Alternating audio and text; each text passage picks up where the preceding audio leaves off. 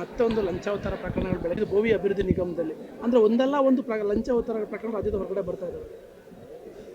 ಇದು ಕರ್ನಾಟಕ ರಾಜ್ಯದ ಸರ್ಕಾರ ಭ್ರಷ್ಟಾಚಾರದಲ್ಲಿ ದೇಶದಲ್ಲಿ ಮಿತಿ ಮೀರಿ ಹೋಗಿದೆ. ದಿನಾ ಒಂದೊಂದು ಬರುತ್ತೆ. ವಾಲ್ಮೀಕಿ ಅಭಿವೃದ್ಧಿ ನಿಗಮದಿಂದ ಒಬ್ಬ ಎಕ್ಸಿಕ್ಯೂಟಿವ್ ಇಂಜಿನಿಯರ್ ಆತ್ಮಹತ್ಯೆ ಮಾಡಿಕೊಂಡ್ರು.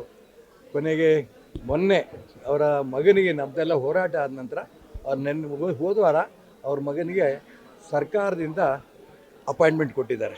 ಅದಕ್ಕೂ ಹೋರಾಟ ಮಾಡಬೇಕಾಯಿತು. ಪರಿಹಾರ ಕೊಡೋದಕ್ಕೂ ಕೂಡ 25 ಲಕ್ಷ ರೂಪಾಯಿ ಪರಿಹಾರ ಕೂಡ ಹೋರಾಟ ಮಾಡಬೇಕಾಗಿತ್ತು. ಈಗ ಬೋವಿ ಅಭಿವೃದ್ಧಿ ನಿಗಮದ ಬಗ್ಗೆ ವಿಶೇಷವಾಗಿ ನಿನ್ನೆ ನಾವು ಗ್ಯಾರಂಟಿ ಟಿ ವಿನಲ್ಲಿ ನೋಡಿದೆ. ನಾನು ಪೂರ್ಣ ನೋಡಿದ್ದೀನಿ. ಅದರಲ್ಲಿ ಎಷ್ಟು ಮಟ್ಟಿಗೆ ಅನ್ಯಾಯ ಆಗಿದೆ ಅನ್ನೋದನ್ನು ತುಂಬ ಸ್ಪಷ್ಟವಾಗಿ ಗ್ಯಾರಂಟಿ ಟಿ ವಿಯಲ್ಲಿ ಹೇಳಿದ್ದಾರೆ.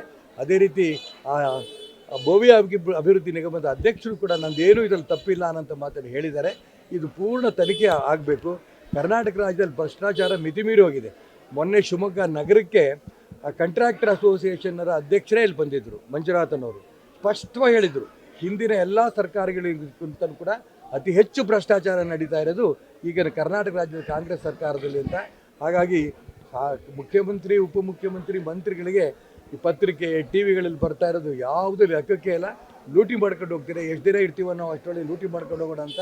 ಇನ್ನೆಂದೂ ಕೂಡ ಇಂಥ ಭ್ರಷ್ಟಾಚಾರ ಸರ್ಕಾರ ಕರ್ನಾಟಕ ರಾಜ್ಯಕ್ಕೆ ಬರಲ್ಲ.